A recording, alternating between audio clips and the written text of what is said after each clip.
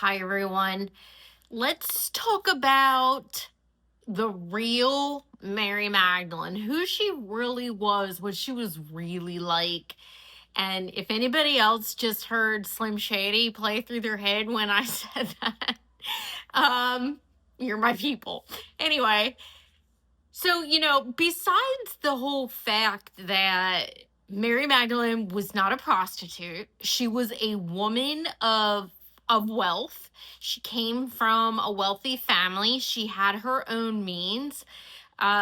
She also refused to get married and kind of live the traditional life of the times, what was expected of women then and for many centuries to come. And she happened to like to entertain men. What modern lady doesn't?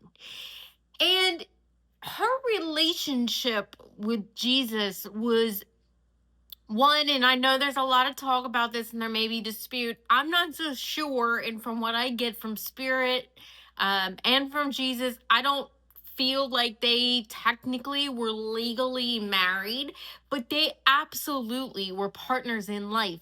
He made her the apostle of the apostles. He put her in a leadership role. He entrusted her and came to her for comfort, for to be able to share his emotions. He became one with her. They join hearts and souls in a way that even our modern day marriage and most healthy dynamic of a romantic relationship would never come close to, because their level of energy and connection and understanding and the integration of their divinity was so much different than ours.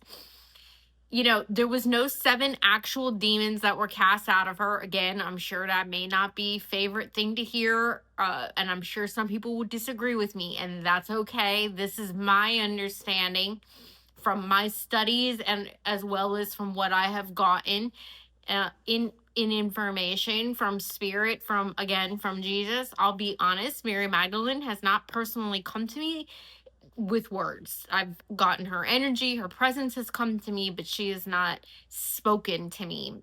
Jesus and I know, the big J, we got relationship. But he's been very clear about that it wasn't demons, it was what was considered barriers, things in our ego, which we all possess, which created this belief of separation that he casts out of her.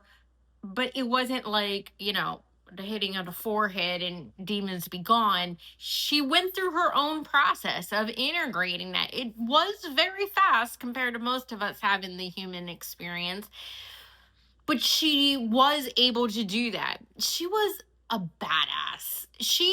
When after Jesus died, she was hardcore committed to taking up and continuing on in spreading the word of his teachings, of making sure that his name and what he meant, what he was to represent to the world, was carried on and carried forward, spread wide. She did that.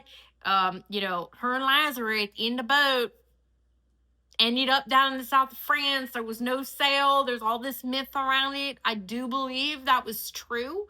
That's a lot of bravery. That's a lot of courage. It's a lot of tenacity that she was able to live out at sea for as long as she did, and then to carry on despite persecution, despite the fact that she also could have been crucified, killed at any point in time. She was without fear, though. There's a real badassery energy about her, and it's the epitome of female leadership and female empowerment, and not from a way that disparages men at all. She very much was in a very more masculine, energy dominant personality that did soften after she went through what I call the 7 veils. That's the group that I'm teaching over the course of 7 months. And but it was because she was able to receive, to get rid of some of those walls, to give up some of those behaviors and the protection. She didn't care, largely, and she certainly gave off the persona of not caring what people thought about her, of what people thought about her before her relationship with Jesus, and even during her relationship with Jesus, even the opinions and judgments and criticisms that the other apostles had of her, and what she wanted to do and how she wanted to speak and stay pure to Jesus's teachings and his word.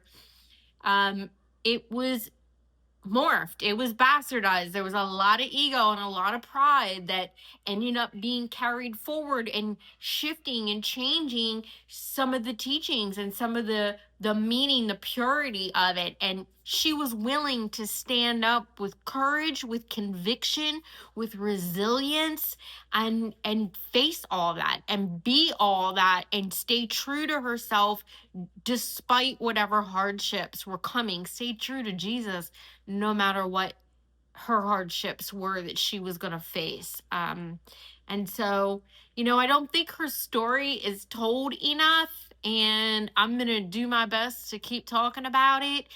Like I said, 7 teachings course. And of course, we are taking that spiritual pilgrimage, following her actual path, being able to connect to the land and the lineage and the history and the relics that are there in these various towns around that region.